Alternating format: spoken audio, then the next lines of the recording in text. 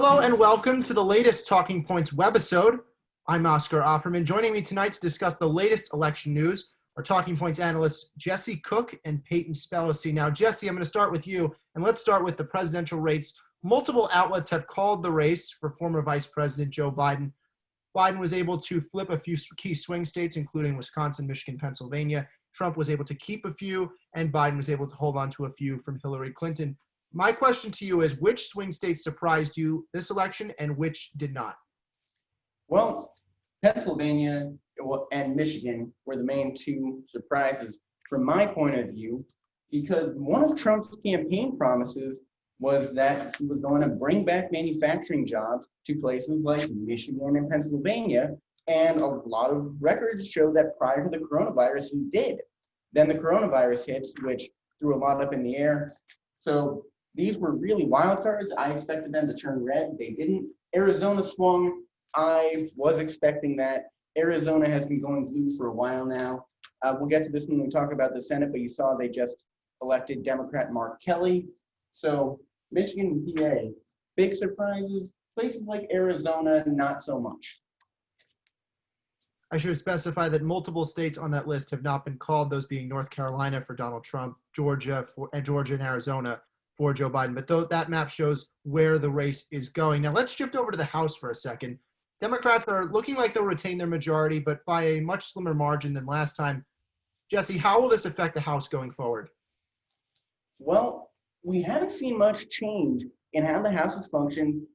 We saw a loss from 2018 for the Republicans, which was expected if they're going to lose the presidency, but this is kind of a big win for the Republicans. The fact that they didn't lose a lot really gives them some good credit, which shows that the Republicans might be sticking around in large numbers for a while. You see races like in South Carolina with Madison Cawthorn, younger Republicans are getting elected, and Cawthorn, who is a paraplegic, is getting a vote from disabled people when Republicans appear to oppose Obamacare, which some people help people with pre-existing conditions. So a lot of anomalies are going the Republicans' way, which could foreshadow another red wave in the future.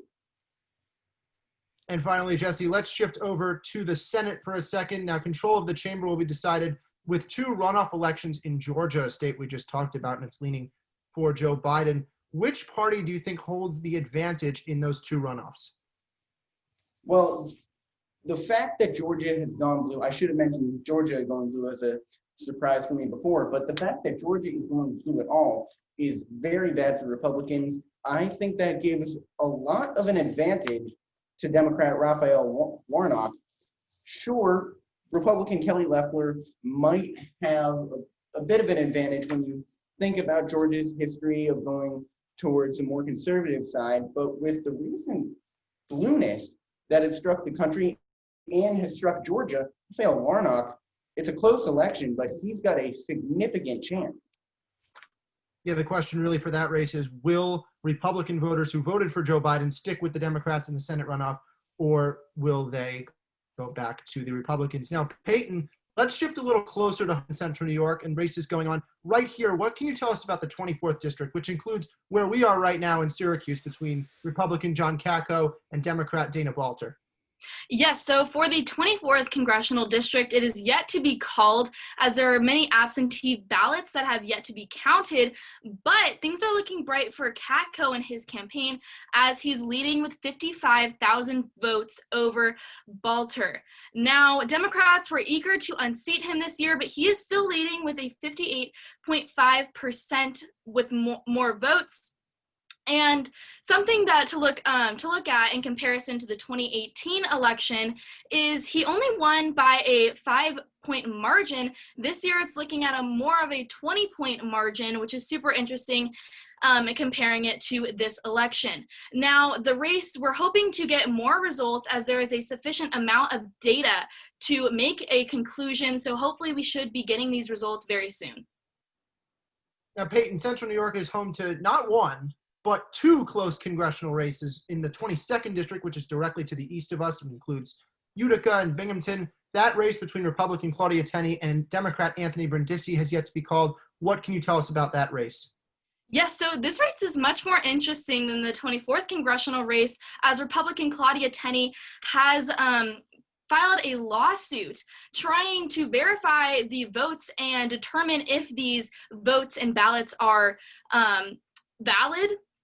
And a judge in Oswego has impounded some of these ballots, but recently there is a ruling that allowed the candidates to see how many people were registered to get these absentee ballots and how many voted through absentee ballots.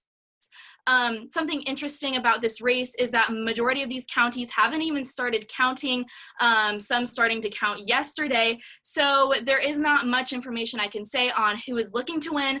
However, right now, Tenney is winning with a 54.5% lead. Now, Payton, let's finally shift back onto the national stage. President Trump has not conceded the election at this point, despite the race being called on multiple outlets for former Vice President Joe Biden. What are President Trump's legal options, and where does he go from here? Yes, so as you said, Trump is not conceding, even taking it to Twitter after the race was announced, saying that he won the election by a lot. So Trump's lawyer, Giuliani, has said that they are filing a federal lawsuit against voter fraud. And there are many lawsuits in many other states in the U.S., including Pennsylvania. One of these lawsuits even trying to be taken to the Supreme Court to take away those ballots that were postmarked for the election day. And something else that is interesting is that President Trump, there was speculation of him running in the 2024 campaign. Now, this is not verified, as the man himself has not said anything. So we are left to play a guessing game with the lawsuits that are happening right now and the 2024 campaign. And Payton, obviously, you mentioned earlier Trump's personal lawyer, Rudy Giuliani, who was involved in a speech in downtown Philadelphia close to election night with other Trump associates, including his son, Eric. Yes. And that's all the time we have on this Talking Points webisode. Be sure to like Citrus TV News on Facebook and follow us on Instagram and Twitter at CitrusTV News. Along with Jesse Cook and Payton Spellacy, I'm Oscar Offerman. Have a great night.